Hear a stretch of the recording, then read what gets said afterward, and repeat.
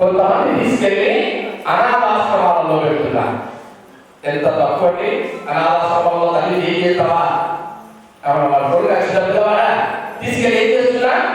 1 లక్షలో 2 లక్షలు కట్టి అనాథాశ్రమాలలో ఏం చేస్తున్నా? నువ్వు ఎట్లయితే చేస్తున్నావో నీ కొడుకు కానీ నీ బిడ్డ కానీ చూసుకోండి. ఏం పెట్టాలి చేయాలి మేము వారికి మనమే చేస్తున్నాం కదా, మనం ఏం చేస్తున్నాం నేర్పిస్తున్నా.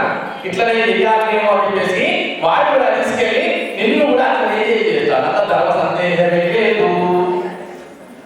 నువ్వు మంచిగా పూజ చేస్తే వాడు పూజ చేస్తాడు, నువ్వు బొట్టు పెట్టుకుంటే వాడు బొట్టు పెట్టుకుంటాడు, నువ్వు గుడి వెళ్తే వాడు గుడి వస్తాడు. నువ్వు లలిత పరమేశ్వరి నువ్వు లలిత చదివితే లలిత పారాయణ చదివితే నీ బిడ్డ చదువుతుంది, నీ కొడుకు చదువుతుంది, ఇంటి లాలు పాదాలందరూ చదువుతారు.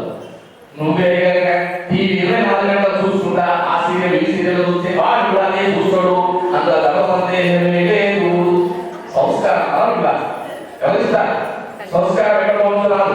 రాబో విగ్రహం రామాయణం జరుగుతుంది. సంస్కారం భార్య భర్తలో ఏ విధంగా ఉండాలి, భర్త భార్యతో ఏ విధంగా ఉండాలి, శిశువులో ఏ విధంగా ఉండాలి, మరి మధ్యలో మధ్య ఏ విధంగా ఉండాలి అనేటటువంటి మొత్తం రామాయణం అంతా తెలియజేస్తుంది.